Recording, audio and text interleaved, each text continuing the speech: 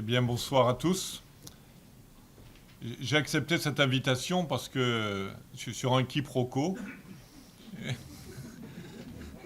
J'ai- j'ai- J'avais compris, parce que je suis venu dans ce diocèse à plusieurs reprises, qu'une diaconie de l'Hérault existait, qu'il fallait que je vienne la consolider, participer à une animation.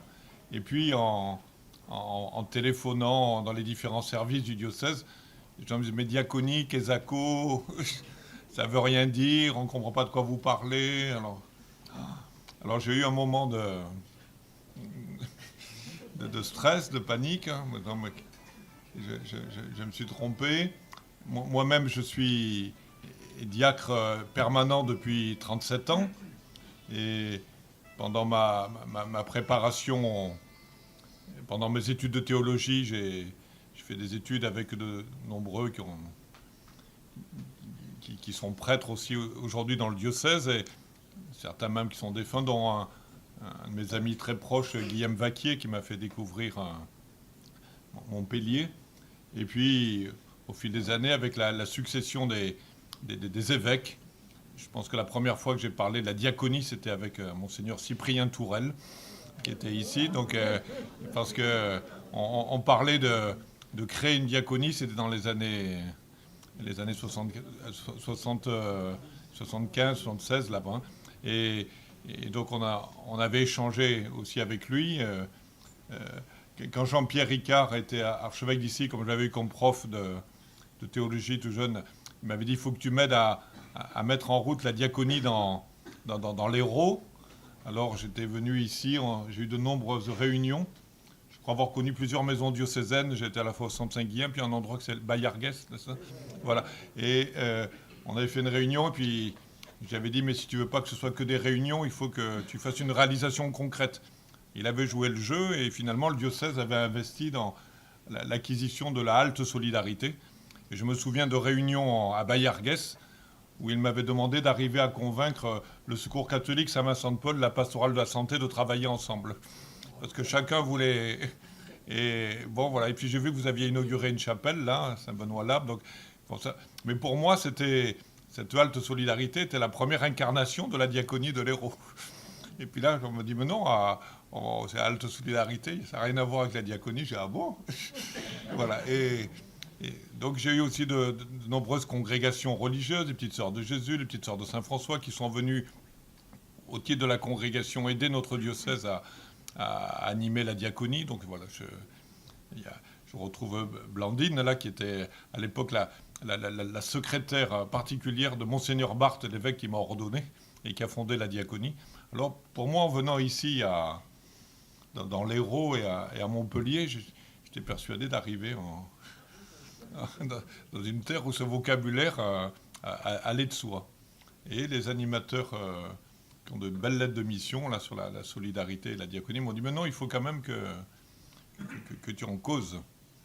Alors, avant de rentrer dans le sujet fragile et solidaire, je voudrais quand même dire un ou deux mots. Ce mot qui peut sembler barbare, diaconie, c'est un mot grec. Dia, ça veut dire en travers, en transversal. Koinos, service, travail. C'est ceux qui ont l'habitude de travailler en transversal. Il ne faut pas confondre dia avec diable, qui veut dire de travers, hein. Donc en travers. Mais la diaconie, c'est la manière d'organiser le service sans se cloisonner. Et dans l'Église, on est spécialiste dans tout ce qui concerne en particulier le service des plus fragiles, que ce soit les malades, les personnes âgées, les sans-domicile. On fait des tas de chapelles. Et chacun se reproche de ne pas faire assez de partenariats. Mais enfin, la diaconie, c'est d'abord l'art d'animer le service dans l'Église pour que tout le monde retrouve sa vocation de serviteur. Et c'est pas rien. Donc la diaconie, c'est plutôt un état d'esprit qu'une organisation. Mais ce qui rejoint le thème de cette soirée sur la fragilité, souvent on me dit, mais comment vous avez lancé cette diaconie dans le diocèse de Fréjus-Toulon? Ben, il y a eu beaucoup d'échanges, d'histoires avec le mouvement ATD Quart Monde, avec une solidarité avec des des familles dans des cités de transit, avec aussi l'expérience des prêtres ouvriers, des religieux. Il y a eu toute une espèce de bouillonnement dans les années 70 qui voulait mettre en œuvre le Concile Vatican II pour que l'Église locale soit toujours proche, servante et pauvre, proche des petits. Mais c'était des années, comme toutes les années, et toutes les générations sont des années de crise et de problèmes. Et Monseigneur Barthes, qui était mon évêque à l'époque, avec qui j'avais partagé, confié, qui finalement avait soutenu ma vocation diaconale, de diacre consacré au service de l'Église. Ça ne correspondait pas au canon de l'époque aussi. Mais lui, il disait non, j'ai besoin comme ça, d'un diacre à côté de moi qui m'aide à aider l'Église locale. Il me rappelait l'histoire du diacre Laurent dans l'Église primitive, qui avait gardé les mains libres pour la charité. Il aurait pu faire 36 autres choses, mais on le gardait disponible que pour ça. Alors, c'était un appel qui m'avait marqué. Mais Monseigneur Barthes, vieillissant, avait du mal à prendre des initiatives. Il était à la fin de son épiscopat. Et il me disait, je ne veux pas laisser quelque chose à un successeur. Alors, et puis, il est arrivé un événement sur sa propre fragilité que ceux qui me connaissent m'ont dit, mais Radot, il nous l'a raconté déjà, mais pour moi, c'est assez fondateur. Et Monseigneur Barthes, vers la fin de son épiscopat, avait eu un accident de voiture. Et dans cet accident de voiture, il s'était cassé la clavicule. Et il était en clinique. Et je me rappelle être le voir à la clinique de l'Espérance. Je m'en souviens, Blandine. Et il avait la clavicule cassée. Et il faisait un peu la grimace. Il sentait que ça allait pas très bien. Et je me souviens lui avoir dit, mais Seigneur, ça n'a pas l'air d'aller bien. Et en fait, c'était quelque chose de plus profond que sa clavicule. Il avait un problème. À cause de cela, il avait du mal à aller aux toilettes tout seul. Et ça l'humiliait profondément. Et il m'avait dit, tu sais, je demande pardon à Dieu. Il m'a dit, j'ai fait tout faux dans mon épiscopat. Qu'est-ce qui vous arrive? Il m'a dit, tu savais à Lourdes le nombre de médailles que j'ai mis à tous les hospitaliers qui s'occupaient des malades. Il me dit, là, je demande pardon à Dieu parce que j'aurais dû mettre des médailles à tous ceux qui supportent qu'on s'occupe d'eux. Et finalement, c'est cette expérience de la dépendance, de la fragilité, qui a permis à ce vieil évêque de me dire, écoute, il faut qu'on fasse quelque chose. Il me dit, c'est pas une excuse que je sois vieux, que tu sois jeune. Et il m'a dit, il faut qu'on lance quelque chose. Et il cherchait un nom. Et il a trouvé ce mot diaconie. Il l'a trouvé parce qu'il lisait un texte du père Congar, un théologien, qui avait repris à l'époque l'archevêque de Marseille, qui s'appelait Monseigneur Kofi, et qui avait fait un très beau texte pour expliquer ce qu'était le mystère de l'Église. Alors, Monseigneur Barthes, avec ce problème de clavicule, de toilette, de dépendance, il m'a dit, il faut qu'on crée quelque chose. Et c'est la première fois que je l'ai entendu parler du mot diaconie qu'il avait trouvé. Il m'a dit, il faudrait qu'on fasse une diaconie, mais j'espère qu'un jour, quand tu en parleras, et ça en fait partie aujourd'hui, près de 40 ans après, il m'a dit, j'espère que tu ne feras pas le catalogue des œuvres, hein, et le catalogue de tout ce que le diocèse fera pour les pauvres. Il me dit, j'espère que quand on parlera de la diaconie, ça sera pour parler d'une ambiance qui aura surgi dans le diocèse pour que tous ceux qui supportent qu'on s'occupe d'eux se sentent à l'aise, se sentent reconnus comme des frères, qu'il n'y ait pas des objets de la charité, mais des sujets de la foi, qu'il y ait des hommes et des femmes qui nous invitent à servir la fraternité. Donc je me souviens de ça parce que c'est la fragilité de mon évêque qui finalement l'a rendu solidaire. Et moi j'avais 23 ans, j'étais jeune, enfin j'étais un peu impressionné Et alors, ce mot diaconie, ça voulait encore en dire moins pour moi que pour un hérolté qui, malgré, l'a entendu depuis 10 ans. Mais pour moi, le mot diaconie, je me suis fait expliquer par lui. Donc c'est un mot qui est un des mots, pour ceux qui se sont intéressés au Nouveau Testament, c'est un des mots qui est le plus utilisé dans le Nouveau Testament et dans les lettres de Paul. Ça fait partie, on pourrait dire, de nos trésors de famille. Alors ce mot diaconie, ça veut dire service, service organisé, charité. Saint Paul l'utilise aussi pour dire le mot collecte. Souvent, c'est le seul mot qu'on a utilisé, la seule traduction qu'on a retenue dans les organismes caritatifs. On parle tout de suite de collecte. Mais le mot diaconie, c'était d'abord pour désigner le ministère et la vocation de Jésus. Jésus s'est fait diacre en lavant les pieds de ses disciples. Alors que Jésus guérit les malades, nourrit les foules, proclame les béatitudes, chasse les démons. Dès qu'il a le dos tourné, la bande des apôtres, des disciples qui l'entourent, il les interroge. De quoi discutiez-vous en commun? Ils ne sont pas là en train de faire un travail de relecture sur les merveilles qu'a fait le Seigneur et ce qu'il a enseigné. Ils discutent pour savoir qui est le meilleur, qui est le premier. Eh bien, pas une fois, 2 fois, 3 fois. On lit tous les évangiles. Et alors Jésus, avec une patience inouïe, il les enseigne. Une fois, il met un enfant devant. Puis dans le livre de Saint Luc, par exemple, il dit qu'une fois je suis, alors qu'il parle toujours à la 3e personne, le Fils de l'homme. Il dit qu'une fois je suis, c'est un jour où il devait être quand même découragé par la réaction de ses disciples. Et il leur dit, et moi je suis au milieu de vous comme celui qui sert. Dans le texte grec, on traduit le texte, et moi je suis au milieu de vous comme celui qui exerce la diaconie. Donc ça définit d'abord la mission de Jésus. De riche qu'il était, qui s'est fait pauvre, enfin, cette kénose. D'abord, on ne peut pas comprendre ce qu'est la diaconie si on ne regarde pas, si on ne contemple pas d'abord l'attitude du Christ, sa manière d'être et sa manière de former ses disciples. Si on ne comprend pas ça, on passe à côté, on croit que la diaconie, c'est une histoire d'organisation, de coordination de la charité, je ne sais en quoi. Non, la diaconie, c'est d'abord une attitude du croyant qui contemple le Seigneur et qui veut faire comme il fait. Donc là, le mot diaconie, dans les textes du Nouveau Testament, c'est pour nous parler de Jésus. La deuxième, c'est pour nous parler de l'attitude des disciples, qui veulent mettre ses pas dans ses pas, qui veulent l'imiter. Donc l'animation de la diaconie, c'est d'abord de transformer dans l'Église la façon de prendre sa croix, de suivre le Christ. C'est l'attitude du disciple. Donc c'est un mot important, c'est pas rien. Ensuite, dans les apôtres, dans les lettres de Paul, Paul l'utilise pour essayer de décrire l'ambiance qu'il doit y avoir dans les communautés.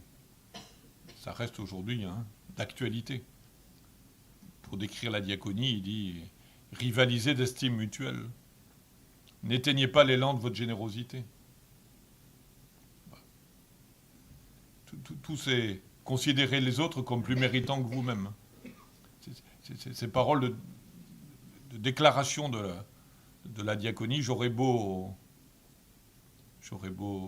jeter mon corps aux flammes, donner tous mes biens aux pauvres, si je n'ai pas l'amour, si je n'ai pas la charité, je ne suis rien. L'apôtre Paul a une manière de décrire cette description de la diaconie d'une façon... C'est la manière de vivre dans une communauté. C'est un idéal. Et puis la dernière chose, chez Paul, on parle de la diaconie pour parler de la relation à l'extérieur, la relation aux païens, la relation à ceux qui sont différents, qui sont non-juifs, la qualité de relation qu'on a avec les autres. Donc vous allez me dire, vous avez tout dit, vous n'avez rien dit.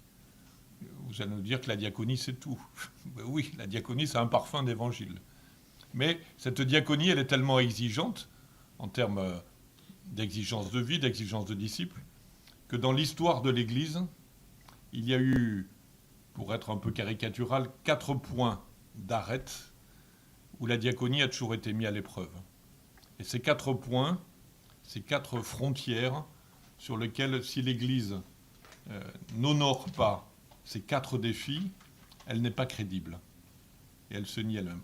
Donc le premier critère, c'est ce que vous attendez peut-être, c'est la relation aux pauvres. La relation aux pauvres au sens large.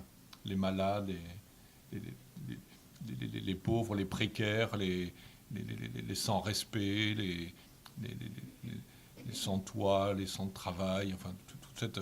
Et on voit dans l'histoire de l'Église, la diaconie, c'est toutes ces initiatives qui ont été prises dans l'histoire de l'Église pour se rendre proche des pauvres. Et à chaque fois que l'Église s'est dérobée, eh bien, soit l'Esprit Saint a suscité des choses nouvelles,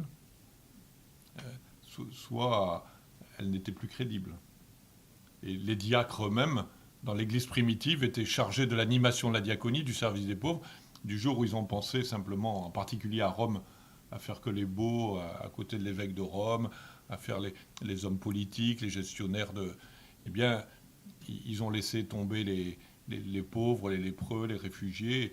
Eh bien, l'Esprit Saint a suscité dans l'Église des mouvements, des communautés religieuses, des congrégations, des moines, des choses qui... Et finalement, la diaconie n'a plus été exercée par les diacres. C'est pour ça que les diacres, ils ont été tellement fatigants qu'au 5e siècle, même au concile de Nicée, eh bien, on a voulu les supprimer. Parce qu'ils n'étaient pas à la hauteur. Ils avaient décidé de faire autre chose que pour ce pourquoi ils étaient faits. Je dis toujours à mes frères diacres, quand ils me disent on n'est pas reconnu, je dis faites gaffe, quand on est trop reconnu, on disparaît. Donc, au 5e siècle, les diacres faisaient autre chose que l'exercice de la diaconie. C'était que des activités liturgiques ou de gestion. Donc ils ont disparu. Et même, quand on a posé le supprimer parce que ça venait des apôtres, pour leur abattre le caquet, on a dit désormais ça sera le dernier degré de la hiérarchie. Ils sont restés tranquilles comme ça pendant 1500 ans. Jusqu'au XXe siècle, où dans les camps de prisonniers, des évêques comme Monseigneur Barthes, Monseigneur Rodin, le fondateur du Secours catholique, ont réfléchi à la restauration du diaconat. Dans une autre période de fragilité. Donc la diaconie, c'est d'abord la relation que l'Église a à l'égard des pauvres. Une deuxième arête, c'est la relation aux petits, aux enfants. Et on voit bien, je ne vais pas vous faire de dessin sur la décrédibilité de l'Église par rapport à la crise de la pédophilie. Mais la relation aux petits, et c'est pour ça qu'il y a eu tant d'œuvres dans l'histoire de l'Église autour de l'éducation et des enfants. Parce que la défense du petit, de l'enfant, fait partie de la diaconie de l'Église. Et dans beaucoup de diocèses, je vois aujourd'hui, même dans la structure de la société civile, les diocèses, en dehors de l'acte privatif, des cérémonies, des prières, etc., ont parfois une dernière assise sociale qui sont les écoles. Mais l'enfant, la défense du pauvre, sous ces formes, la défense de l'enfant, fait partie d'un lieu où l'Église est attendue sur la manière d'exercer la diaconie. Et dans tous les pays d'Afrique, ce qu'on appelle les OCADES, les offices catholiques de développement pour l'économie sociale, gèrent à la fois les œuvres sociales et les écoles. C'est la même chose. Je pense que le diocèse de Montpellier est jumelé avec le Mali. On voit dans la manière dont s'organisent les diocèses. Donc, les formes de pauvreté, l'enfance. La troisième arête, c'est l'étranger. L'étranger qui est étrange. Et à chaque fois, on se rend compte qu'à chaque fois que l'Église a dû, comme on dit certains, comme le Père Leuve, passer aux barbares, à chaque fois qu'il a fallu changer de culture, la relation qu'on a eue avec l'étranger, qui arrivait d'ailleurs, en disait long sur la nature de l'Église. Et aujourd'hui, les appels incessants du pape François sur l'accueil de l'étranger et la prise en compte de la crise migrante, c'est une question fondamentale, une question d'identité.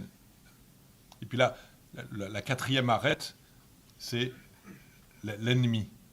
Le pauvre, le petit, l'étranger, l'ennemi.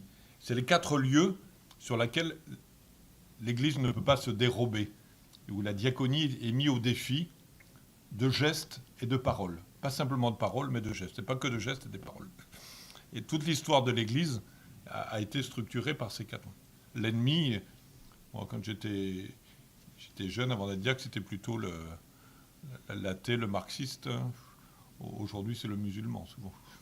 Mais c'est la manière dont on parle dans l'Église de ceux qu'on considère comme un ennemi, celui dont on doit se méfier, la manière dont on prend des initiatives et des prises de parole à l'égard de celui qui est étranger, qui n'est pas comme moi. Voilà. Donc la diaconie, c'est d'une certaine manière la manière de s'organiser.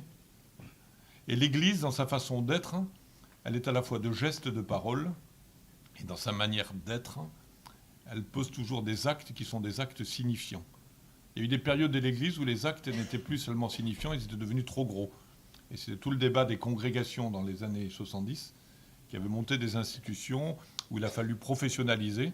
Et puis on se retrouvait avec des œuvres sociales qui devenaient trop lourdes à porter et où les sœurs ou les frères n'avaient plus le temps d'être en proximité avec les personnes et devenaient plus que des gestionnaires et non pas... Donc il faut trouver la juste mesure, comme dans les sacrements. Quand on baptise, on n'a pas besoin de tombereaux d'eau. Il en faut un peu. C'est pareil pour quand on célèbre l'Eucharistie. Il n'y a pas besoin d'une boulangerie entière. Quelques hosties suffisent. Mais c'est signifiant. Dans le sacrement du frère, c'est un peu la même chose. Il n'y a pas besoin d'avoir de grosses institutions. Il faut des petites choses. Dans une paroisse, il n'y a pas d'accueil, il n'y a pas de lieu minimum. Eh bien, on devient comme des administrations ou des gestionnaires. Et la diaconie, donc, c'est toutes les initiatives qui sont lancées pour honorer ces défis. Moi, voilà, je suis diacre maintenant depuis donc 37 ans. J'ai eu 3 évêques. Après, Monseigneur Barthes, qui a eu cette intuition de lancer une diaconie diocésaine. Il a créé une diaconie, sans trop qu'on sache ce que ça allait devenir. Il m'a ordonné 6 mois après pour animer cette diaconie. Et puis, quelques temps après, il a pris sa retraite. Et j'ai eu un nouvel évêque qui est arrivé de Rome, qui était un breton, Monseigneur Madec, qui lui voulait ouvrir son séminaire. Il me regardait avec compassion comme un produit pas fini. Mais il est très timide. Alors mais en même temps, c'était un évêque assez classique. Et pour apprendre son métier, il lisait les pères de l'Église. Et chez les pères de l'Église, les évêques avaient toujours des diacres à côté d'eux pour les aider. Donc, quand il y a eu des problèmes sur la ville de Toulon avec les sans-abri, la soupe populaire avait fermé, il s'est tourné vers moi, il m'a appelé en me disant « Mais il faut que tu fasses quelque chose, c'est ton travail. » Moi, j'étais en train de finir mes études de sociologie et sur le coup, j'étais un peu vexé parce qu'il ne s'intéressait pas à mon mémoire, mais il me demandait d'ouvrir une soupe populaire. Mais je me suis dit, il me demande enfin quelque chose, allons-y. J'avais été formé par le père Brzezinski, le père Joseph, qui nous avait appris que les soupes populaires, c'était la chose la plus humiliante pour les pauvres, qu'il fallait monter des bibliothèques de rue, des activités, qu'il fallait surtout pas s'embarquer là-dedans. Et j'ai eu un problème cornélien entre devenir le diacre de mon évêque. Mais du coup, c'est comme ça que je suis embarqué dans une aventure pour lancer un accueil de jour. Des choses un peu dupliquées par la halte solidarité. Et ce premier accueil de jour que l'on a lancé à Toulon, là, qui s'appelle Jéricho, était un lieu que nous avons... Au moment où il a fallu le lancer, dans les années 80, on ne parlait pas de SDF, les médias n'avaient pas inventé ça, on parlait des errants ou des nouveaux pauvres. Et dans le diocèse de Toulon, c'était surtout la fermeture des chantiers navals de la Seine, la fermeture des mines de bauxite de Brignoles, qui mettaient dans la rue des hommes de la quarantaine qui se retrouvaient sans rien, surendettés par des constructions de logements, des divorces, tout ça. Et puis on voyait cette cohorte de gens de la rue rejoints par des personnes qui avaient été placées dans des foyers de l'enfance et qui se retrouvaient là. Mais tout le monde disait, ah ben ça, le secours catholique, l'entraide protestante, disait, oh là là, ça c'est des nouveaux pauvres. Nous, on a suffisamment de problèmes, on manque de bénévoles, on n'a pas de moyens, on ne peut pas s'en occuper. La mairie, ça disait, non, nous, on s'occupe des indigents de la ville, ils viennent d'ailleurs. Et c'est comme ça que, finalement, on a créé une association. J'ai gardé les méthodes du père Brzezinski, j'ai fait le tour dans la rue et créé une association avec des personnels même qui faisaient Et cet accueil de jour, finalement, a inspiré après même d'autres accueils de jour. Mais c'est devenu une aventure, un foisonnement d'initiatives.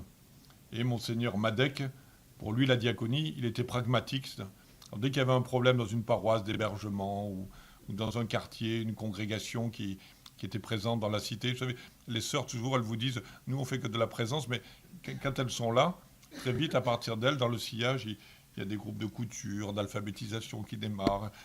Mais une fois quand elles s'en vont, on se rend compte du vide que ça crée. Alors on a créé comme ça plusieurs associations dans des cités HLM pour prendre la suite de ces congrégations qui avaient suscité de l'espoir et du dynamisme dans ces quartiers.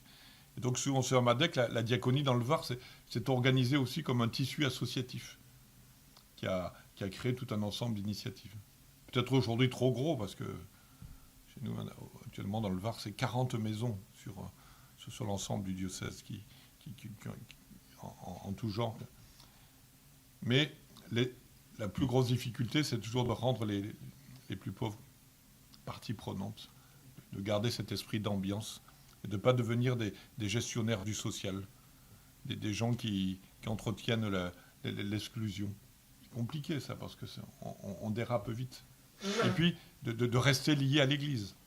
Parce que très vite, dans les paroisses, les gens disent « Oh ben non, nous on a trop de problèmes, ça c'est des œuvres, il faut des spécialistes. » Et dans les œuvres, souvent, il y a des chrétiens qui viennent s'engager, mais qui, au bout d'un moment, disent « Oh là, on est dans une société laïque, il ne faut pas que l'Église s'en mêle trop, il faut que ce soit non confessionnel. » Et on est sans arrêt dans des débats comme ça où il faut redire non. L'Église, elle est experte en humanité, elle a le droit d'être dans un concert à condition d'y aller humblement, de manière partenariale. Elle n'est pas là en donneuse de leçons. Mais si l'Église n'a pas un minimum d'organisation de cette présence auprès des plus munis, il ne se fait rien. Quand je promène dans d'autres diocèses, je sais qu'ici ce n'est pas le cas, mais parfois je suis un peu démoralisé, parce que quand je promène dans des diocèses, je me rends compte que la diaconie se résume à une politique de guichet, comme à la CAF ou... Ouais, on arrive dans des paroisses, il y a parfois des gens généreux, mais il y a un guichet à côté du presbytère où on distribue des aides alimentaires ou des secours. Mais les gens qui viennent là sont souvent envoyés, non pas par la communauté chrétienne, mais par l'assistante sociale du conseil départemental ou celle de la mairie. Alors ils arrivent avec un papier, comme des ayants droit. Alors ils viennent chercher, et nous, avec l'argent de la communauté chrétienne, on paye les dysfonctionnements des ascédiques, de la CAF et tout ça. Et les gens ne sont pas accueillis par une communauté de frères, ils sont accueillis par un guichet. Alors quand vous avez par exemple des amis musulmans, vous leur expliquez la laïcité, que ça n'a rien à voir, ils disent mon œil, c'est la centre sociale de la mairie qui m'a donné un papier pour venir à l'église. Ne me dites pas que c'est différent. Donc c'est très compliqué. Et alors finalement, on se rend compte qu'il y a même des fois des bénévoles très généreux qui s'épuisent parce qu'ils finissent par plus supporter les gens qui viennent. Ils réclament, etc. Ils viennent avec la grosse bagnole, c'est des escrocs. Enfin, on entend tout ça dans des réunions. Et c'est pas faux, mais en même temps, la manière de se poser, ça génère ça. Et donc on se dit, pourquoi on continue à se fatiguer comme ça, quoi. Et alors, ça crée des... Alors des fois, on dit, ben, vous feriez simplement un point café à l'accueil. Les gens, des fois, ils ont des solutions eux-mêmes. Et c'est pareil pour le deuil. Pour le deuil, quand il y a un décès aujourd'hui, les gens vont voir des professionnels des pompes funèbres et on téléphone à la paroisse ou au truc, que ce soit un prêtre, un diacre ou un laïc, mais les gens cherchent une espèce d'intermittent du spectacle pour un culte. Et finalement, pour une prestation, mais finalement ce qui est le cœur de l'évangile, aimez-vous les uns les autres, le soin des relations. Et là, quand on est fragile, à cause d'un deuil, à cause de la précarité, à cause du chômage, à cause de la solitude, à cause du vieillissement, de tout ça, eh bien, on se retrouve à sous-traiter.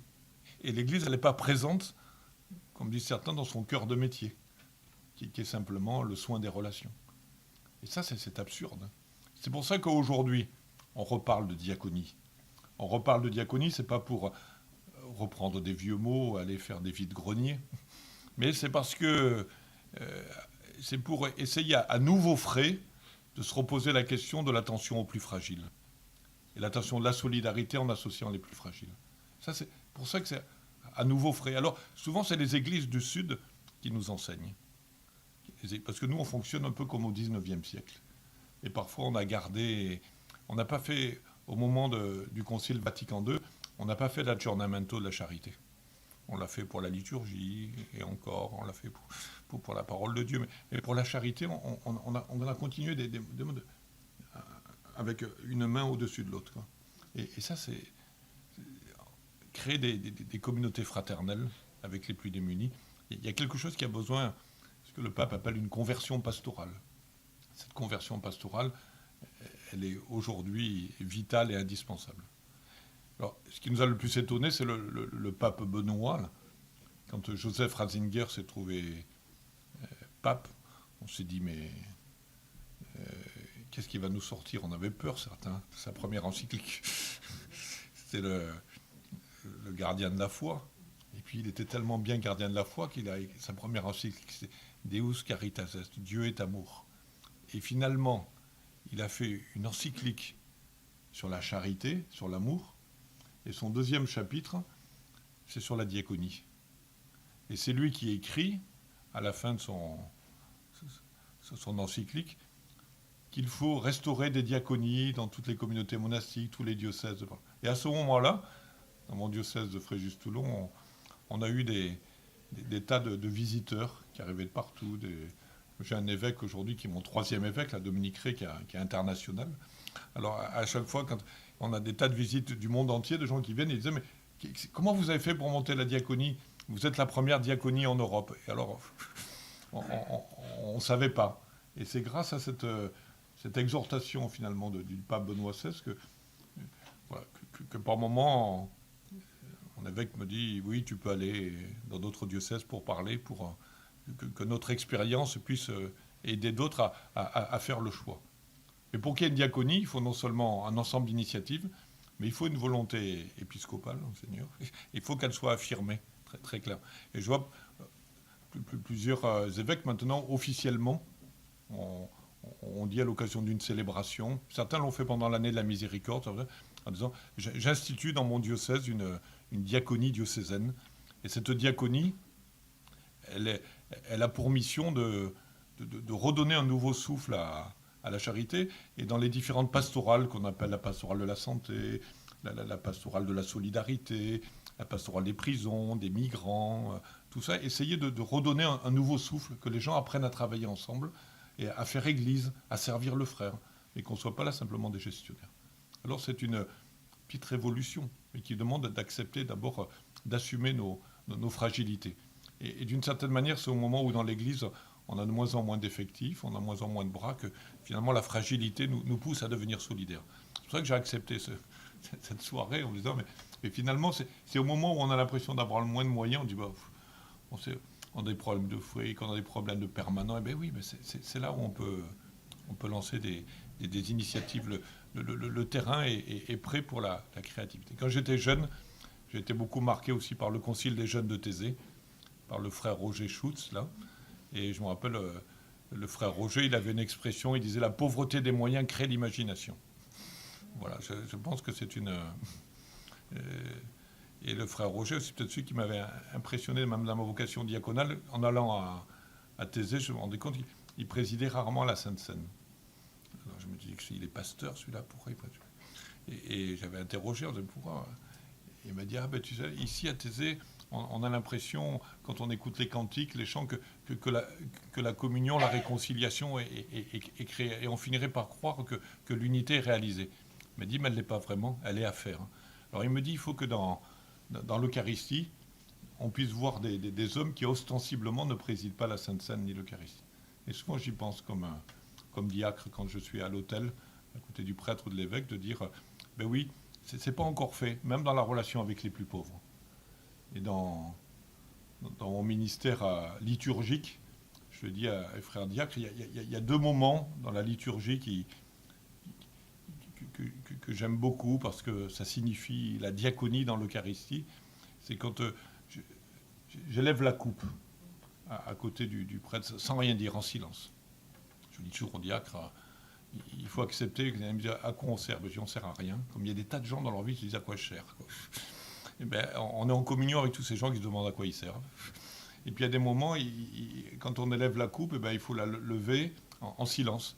Comme quand on est à côté d'un mourant, quand on est à côté d'un malade. Il y a des moments où il n'y a rien à dire, si ce n'est d'être là. De continuer à lever les mains pour l'action de grâce. D'être là, comme Marie au pied de la croix. Point. On est là. Et cette présence, elle n'a pas de prix. Et donc il faut être là, parce qu'il y a des tas de gens qui en ont ras la coupe, ras le bol. Et ils ont envie de baisser les bras. Ben, nous, on est là pour dire non, on ne baisse pas les bras. Ensemble, on élève la coupe. Et cette coupe, elle devient une offrande de toutes ces souffrances, de tout ce qui est insupportable. Et ça voilà. Et puis, il y a un autre moment que j'aime bien dans l'Eucharistie. Vous savez, à la fin, les gens croient qu'on fait la vaisselle, là, quand on purifie les calices et les patènes. Et c'est un moment très, très, très, très précieux, à la fois de respect des miettes du corps du Christ. Mais souvent, moi, je me dis, mais ça me fait penser aux miettes dans l'évangile de cette syrophénicienne à l'étrangère là, qui réclame les miettes qui tombent de la table. C'est une espèce une pénible là, qui vient déranger Jésus, qui casse les oreilles des apôtres. Mais, moi, je dis, mais on a des tas de gens qui ont des vies en miettes. Et le corps du Christ qui est l'Église, il y a des tas de gens, les détenus, des gens qui ont des vies cassées, ils ne savent plus où ils en sont. Et j'ai toujours l'impression, en prenant soin de ces parcelles du corps du Christ, de me dire, notre vocation, c'est de prendre aussi soin de cette partie du corps du Christ, de ces vies en miettes qui sont étalées. Et c'est pas fini l'Eucharistie, elle commence. Il y a ce soin à établir. Donc c'est ce qui semble fragile et inutile, qui est souvent un beau lieu. Donc exercer la diaconie, c'est être attentif à tout ça. Et il y a des lieux, j'ai commencé mon ministère avec les gens du voyage, j'ai rencontré les gens de la rue à la demande de mon évêque, après j'étais aumônier d'étudiants, rencontrer les étudiants étrangers, les étudiants en précaire. Il n'y a pas de lieu où l'exercice de la diaconie ne peut pas se faire. Il n'y a pas une spécialité. Il ne faut pas que ce soit... Le Seigneur Barthes me disait au début, excusez-moi si je veux blesser personne, mais il me disait, surtout ne démarre pas la diaconie avec les mouvements caritatifs parce que tu vas te planter. Il m'a dit, si tu démarres avec les mouvements caritatifs, tu auras affaire à des gens qui savent, qui vont se disputer pour les quêtes. C'était ça dans le temps, ça a changé depuis. Mais il me dit, fais attention. Il me dit, essaie plutôt de voir, d'être attentif, c'est comme ça que j'ai les petites sœurs de Jésus, tout ça, à des gens qui sont proches des gens, qui sont... Voilà. Et c'est ça qui va convertir la vie du diocèse. Depuis, j'ai vu de grands miracles dans tous les organismes et des choses nouvelles depuis quelques années. Est-ce que c'est moi qui aussi avance en âge? Mais j'ai beaucoup d'amis qui ont été en EHPAD ou des parents et tout ça. Donc je vois des zones de lieux de fragilité, là, comme les maisons de retraite, là, qui aujourd'hui... J'avais mon ancienne secrétaire, Jeanne, qui était en maison de retraite. Elle m'a beaucoup aidé et dans tous les... Je me souviens de 2 étapes de sa vie en EHPAD. Elle me disait, ah là, je ne sers plus à rien. Et Jeanne, on va... Et puis un jour, elle me dit, vous savez, ici, j'ai découvert qu'il n'y a que dans les mouroirs en France qu'on c'est interdit de mourir. Alors je dis, qu'est-ce que vous me racontez? Elle me dit, oui. Elle me dit, ici, moi, elle me dit, depuis que je suis ici, elle m'a donné des coups de main à la pastorale du deuil, elle accompagnait des familles. Elle me dit, ici, quand j'ai une de mes copines avec qui on joue aux cartes l'après-midi ou tout ça, qui meurt, il me parle comme si j'étais débile. On me dit, elle est partie. Et elle me dit, impossible d'aller aux célébrations. Elle me dit, alors pour aller dans un truc funéraire, elle me dit, il faut un code, le temps qu'on y arrive, on l'a oublié. Et elle me dit, et l'aumônier qui vient, elle me dit, parce qu'on a même, elle m'a dit, ici tout va bien, on mange bien, on a le diététicien, on a même un prêtre qui vient dire la messe, on a même des animations, un kiné, tout. Elle me dit, mais c'est trop bien, et c'est horrible. Et elle me dit, quand je demande au prêtre même de faire une messe pour la personne qui est décédée dans la maison, il est gêné. Parce qu'il a peur par rapport à la maison de retraite, parce qu'on lui dit de ne pas parler des défunts. Écoutez, Jeanne, on ne peut pas en rester là. Et donc elle est allée voir la directrice. C'était une femme, elle avait été déléguée syndicale dans sa vie, elle avait fait des tas de choses. C'était un caractère. Et elle était allée voir, elle avait dit, non, moi je veux qu'on affiche les faire-part de décès dans la maison de retraite. Et je voudrais qu'on ait un groupe de partage pour ceux qui veulent. un groupe d'entraide pour le deuil. Elle a réussi à l'obtenir. Et puis après, quelques années après, ça s'est dégradé. Elle était de plus en plus impotente. Elle ne pouvait même plus descendre après le déambulateur. Un jour, j'étais allé la voir. Elle me dit: ah là là, c'est bientôt fini. Elle avait un caractère incroyable. Et elle me dit: vous savez, franchement, elle me dit, j'ai peur le soir. Elle dit: il y a un moment très dur. Bien en fin de journée, quand on n'a plus de visite, le personnel n'est pas arrivé. Elle me dit: je vous le dis, hein, elle me dit, c'est un moment angoissant, c'est un moment où j'aimerais un câlin. Bon, écoutez, Jeanne, moi, c'est un peu compliqué. Et elle a...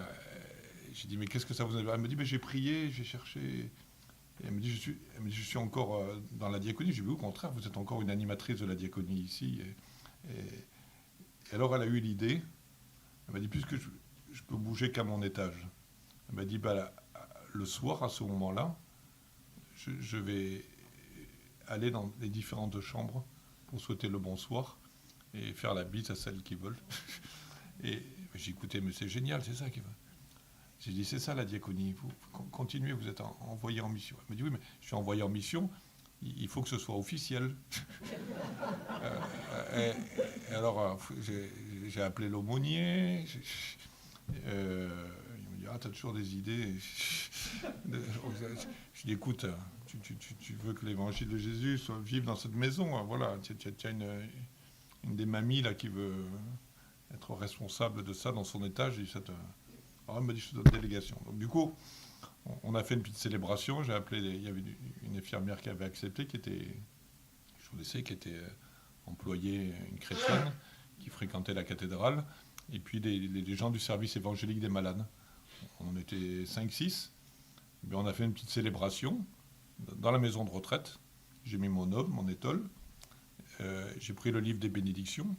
Et cette fois, il n'y avait pas un rite pour les câlins. Mais il y avait des prières pour trouver ce qu'il fallait. Et j'ai envoyé Jeanne en mission pour exercer la diaconie à l'étage de son EHPAD. Et c'était rien, mais ça a tout changé pour elle. Et elle avait cette mission quotidienne, au nom de Jésus, d'aller dans... C'est ça, c'est de vous expliquer ce qu'est la diaconie. La diaconie, c'est d'abord une question d'ambiance, de manière de faire, de susciter des choses. Alors, c'est pas... Et c'est de tenir à la fois le lien à l'évangile et puis de rendre des gens acteurs là où ils sont de leur... Alors, après, ça bouge, hein, ça oblige totalement à changer de regard. À la période de mon ministère, il y avait des prêtres de ma génération qui me disaient: ah là, toi, tu es à Belleville, tu sais pas ce que c'est une paroisse, nous, il faut coltiner les gens, c'est une boutique à faire tourner. Alors, je dis: bon, bah, pourquoi pas, moi, ça me déplairait pas d'être en paroisse. Donc, j'étais en paroisse avec une équipe de 3 prêtres, et parfois, je titillais. Et ce qui m'avait impressionné, c'était on avait comme un guichet, c'était la conférence Saint-Vincent-de-Paul à la paroisse où j'étais à la Garde, avec des dames hyper sympas, très, très dévouées. Et il y avait des gens qui venaient à la messe de semaine, et qu'après la messe de semaine, je voyais dans la file d'attente. Il y en avait qui étaient à la messe le matin, certains étaient bénévoles à Saint-Vincent, c'était un peu une espèce de relais de la banque alimentaire, et d'autres étaient des personnes en précarité qui étaient là. Et envoyaient des gens à la messe, et puis après, c'était incroyable. Donc, on a titillé l'équipe. Enfin, maintenant, ça a beaucoup changé. Hein. C'était il y a 15 ans, ça. Mais je me souviens surtout d'une fête de Noël, où, comme chaque année, c'était toujours la même chose. On avait dit: non, on arrête cette année, on fait autrement. Et en particulier, il y avait un certain Lionel. Là, c'est une histoire que j'ai souvent racontée dans mes conférences, là, parce que ça m'a marqué. Il y avait Lionel qui faisait la manche à l'entrée de l'église de la Garde. C'était un SDF, là. Et chaque année, il lui portait des affaires dont il n'y en avait que... Ils les utilisaient pas. Et là, cette année-là, ils lui ont demandé le service de participer à Noël et de faire le Père Noël. Donc lui, il était... Enfin, on l'associait. Il faisait même le fier en disant: ouais, j'ai déjà fait le Père Noël, c'était pas vrai. Mais enfin, ça lui donnait un statut. Il était un des organisateurs de la fête de Noël sur la paroisse. Et puis le soir de la fête, tout ce petit monde était là. Et il y avait un gamin là qui l'avait reconnu, et Marc, et donc Lionel avait dit chut, c'est un secret. Donc le gamin avait tenu son secret toute la soirée comme il avait pu. Et puis quelques jours après, le dimanche suivant, moi j'aimais faire l'accueil à l'entrée de l'église, et je vois le petit gamin Marc qui revient avec sa grand-mère à la messe. Il était sur le parvis. Et à ce moment-là, Lionel avait repris sa place pour faire la manche à l'entrée. Et il l'a reconnu. Et le petit, il ne pouvait plus. Il dit à sa mamie, c'est un secret. Hein. C'est le Père Noël, il se déguise en SDF, comme ça il fait des sous pour les enfants. Mais j'avais trouvé que ce gosse, il avait une manière de changer le regard. Il avait tout compris à la diaconie. Donc il s'émerveillait de ce qu'il voyait. Et je pense que ça nous oblige à cette conversion du regard. Et ce gamin, voilà. Donc c'est ça que je voudrais pouvoir partager avec vous. Je me dis, il faut qu'un diocèse dise officiellement, j'ai une diaconie. Après, cette diaconie, elle permet d'avoir des événements, des fêtes, et puis de prendre des initiatives dans les paroisses, les services, les mouvements, les organisations. Parce que c'est pas à Anne, si on lui dit, tu es toute seule à organiser, c'est toi la diaconie, même si ils sont 3, elle va y perdre son latin. Ça. Donc, mais par contre, si on dit le diocèse de Montpellier, de Cézéro à diaconie, et il y a différentes initiatives en faveur des migrants, quand le diocèse met des moyens pour accueillir, il y a des communautés religieuses, et c'est tout ça qui devient la diaconie. On a même, dès le début, ça c'était Monseigneur Barthes qui nous l'avait demandé, on avait rédigé une prière, une petite prière toute simple. Cette prière, elle est affichée dans différents endroits. C'est « Accueille, Seigneur, en ce jour mon désir de te servir. Je t'offre ce que je suis. Ta grâce me suffit. Je ne demande rien d'autre, afin de vivre selon ton évangile, uni à toutes celles et ceux qui, dans la diaconie de ton Église, cherchent à faire ta volonté. » C'est un truc tout petit. Les gens alors on trouve ça dans un local du Secours catholique, de Saint-Vincent-de-Paul, des œuvres de Malte, dans une sacristie, sur un frigidaire d'une personne dans un quartier populaire, dans une association, dans un agenda, dans le bus de nuit qui fait les maraudes. Enfin, du coup, l'air de rien, c'est un petit clin d'œil qui montre qu'il y a un lien par la prière. Et puis, ça ne replie pas sur soi. Le fait d'agir au nom de l'Église, ça n'empêche pas de rejoindre d'autres organisations, de faire des choses avec des structures non confessionnelles, de se développer dans l'interreligieux. Je vois à l'accueil de jour cette année, le trésorier de l'association, c'est un musulman qui a été dans la compta et tout. Et il est venu voir en disant moi, est-ce que vous m'acceptez dans votre association? Parce que je participe depuis des années au groupe des amitiés islamo-chrétiennes, mais j'ai envie de m'engager dans une œuvre sociale qui dépend de l'Église. Alors, le président était gêné parce que quelques jours avant, il m'avait dit, tu sais, moi, c'était un catho engagé, pourtant à CVX et tout ça. Il m'a dit, tu sais, moi, je trouve que c'est un peu trop lourd dans le diocèse. Et il y a des courants de plus en plus communautaristes, tradis, et je ne voudrais pas qu'on soit... J'ai dit, écoute, tu laisses l'Église aux mains de n'importe qui. Si tu refuses que l'action sociale et le service des pauvres soit une manière pour l'Église d'exister, eh tu laisses le champ libre à des gens qui vont dire c'est nous l'Église, c'est nous les cathos. Pourquoi tu as honte de dire tu es catho? Et alors, je voyais ce président totalement étonné et surpris par la réaction de cet ami musulman qui lui venait parce que c'était un lieu d'église. Donc le fait d'affirmer que dans l'église on a une diaconie, un service du frère organisé qui laisse la place aux plus démunis, ça n'empêche pas d'être ouvert, d'être partenaire et de laisser la place. Donc je pense que c'est important, et puis même ça permet d'avoir des chrétiens qui ne filent pas sur la pointe de l'église. Je le disais tout à l'heure, parce qu'on parlait sur ces questions de laïcité, mon diocèse, le fait qu'il y ait une diaconie, eh bien les pouvoirs publics, même le préfet, disent nous on reconnaît que le diocèse est aussi expert en humanité. Là, quand il y a le plan hiver solidaire, pour les grands froids, c'est les services de l'État qui appellent la coordination de la diaconie pour l'opération paroisse solidaire, où des curés acceptent de mettre à disposition des locaux, mais c'est l'État qui paye des veilleurs de nuit, et les paroissiens me donnent un coup de main au petit-déj ou au soir, et créent des liens comme ça. Donc il y a un tricotage de la posture de l'Église dans la société civile qui qui se redéfinit autrement. Et j'ai vu qu'il y a plusieurs personnes aussi du CCFD l'autre jour. Je disais aux amis du CCFD, chez nous, ils nous disaient, mais on est trop âgés, on ne trouve pas de relève. Je dis, mais essayons à tout prix de mettre dans le coup tous ces migrants qui viennent et qui sont chrétiens et qui veulent donner un coup de main. Et certains ne savent pas quoi faire de leur journée. Le Secours catholique, à Draguignan, ils ont monté leur épicerie solidaire en faisant appel aux gens qui étaient au CADA et qui, dans leur journée, passaient des heures et des heures à attendre des papiers. Et quand le Secours catholique est venu demander à quelques familles est-ce que vous accepteriez pas d'être responsable de l'épicerie solidaire, non pas comme des utilisateurs, mais comme des animateurs. On respire. On est reconnu. Voilà. Servir, c'est permettre aussi aux plus pauvres, aux plus fragiles de servir.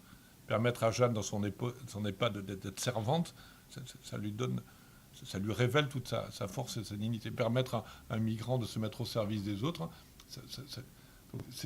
c'est ça l'éducation à la diaconie.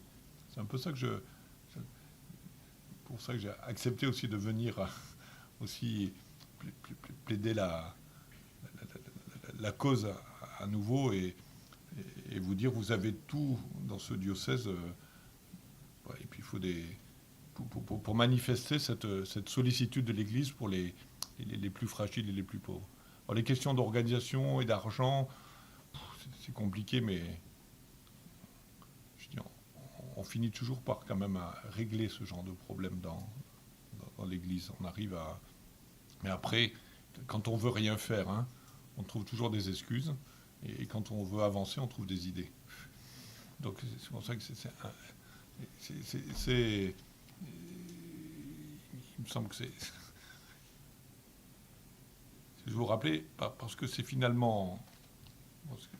Dans ma formation et dans ce que j'ai appris à TD Carmonde, mon premier émerveillement, c'était l'émerveillement devant tout ce courage de ces familles, les plus démunies, qui arrivent à tenir, à durer malgré toutes les galères. Et finalement, c'est ce courage des plus démunis qui nous donne la force de tenir. Et en ce sens, ils sont bien comme disait Saint Vincent de Paul, nos maîtres, parce qu'ils sont pédagogues, ils nous apprennent beaucoup de choses. Ici, dans ce diocèse de Montpellier, je me rappelle qu'après avoir lancé la halte solidarité, c'était Guillaume qui était au sanctuaire de Saint-Roch, m'avait fait venir après, je ne sais plus quel anniversaire c'est de Saint-Roch, en me disant la figure tutélaire de Saint-Roch était une belle figure en référence aux prisonniers, aux malades, aux errants, en disant ici, il m'avait dit il faut qu'on fasse le lien entre la procession de la Saint-Roch, la halte de la solidarité. À l'époque, on avait essayé de jongler comme ça pour montrer que tout est lié. Vous savez, le pape François, dans son encyclique sur Laudato Si, sur l'écologie, il nous dit tout est lié. Tout est lié. Eh bien, je crois que l'Église et la société, c'est comme un écosystème où tout est lié. Et la diaconie, c'est cette transversalité. Depuis peu, j'ai découvert ce qu'était la permaculture, parce qu'on a des jardins bio, des jardins populaires, des jardins ouvriers. Mais je pense que dans l'Église, on a tout intérêt à pratiquer la permaculture relationnelle, la permaculture ecclésiale. Il n'y a pas des mauvaises espèces, il faut apprendre à tous pousser ensemble. Dans mon diocèse, on a tout en magasin. Et si on ne fait pas pousser toutes ces espèces différentes qui vont au niveau des sensibilités ecclésiales, des tradis les plus fermés des charismatiques de la 4e ou la 5e vague, si tout ce petit monde n'arrive pas à suivre le Christ, et je me rends compte que dans mon ministère diaconal, que finalement l'attention aux plus fragiles et la vie de prière sont des incontournables pour tout le monde. Et si nous-mêmes on est accrochés à ces deux réalités, l'attention aux plus fragiles et la vie de prière, eh bien on devient des hommes et des femmes de communion. Et finalement, c'est les plus pauvres, les plus fragiles qui font l'unité et la communion. Et tant qu'on n'a pas compris ça et qu'on prend les choses par le haut, on passe à côté. Un proverbe africain qui dit que les marmites commencent toujours à bouillir par le fond. Donc je pense qu'il faut... C'est les initiatives de terrain, c'est Et puis c'est des projets qui font qu'après ça bouge. Alors voilà, j'espère être venu mettre le feu sous la marmite. Donc Montpellier qui avait déjà un peu frémi et avant d'avoir une bulle épiscopale, je pense que déjà vous avez de quoi vous émerveiller de toutes les merveilles qui se passent ici et j'espère que voilà, ça suscite en vous encore un peu d'enthousiasme. Hein. On m'a expliqué récemment que l'enthousiasme, qui veut dire avoir la présence de Dieu en soi, on m'a dit que la meilleure définition de l'enthousiasme, c'était comme les essuie-glaces. Hein. Ça n'empêche pas la pluie de tomber, mais ça a permis de voir la route. Hein. Dans la vie, on a plein de choses qui nous arrivent, des tuiles qui nous arrivent partout. Mais si on sait où on va, si on dit je veux suivre le Christ serviteur, je me mets sur les chemins du serviteur, j'essaie de vivre avec lui en lui demandant son aide des mêmes sentiments qu'il a, ça va s'exprimer dans mon cœur et dans la manière d'organiser la vie sociale, même la vie politique, la vie organisationnelle. Voilà. Donc je pense que la diaconie, elle a une dimension intime, je voulais partager, une dimension relationnelle, mais aussi une dimension sociétale et voire politique.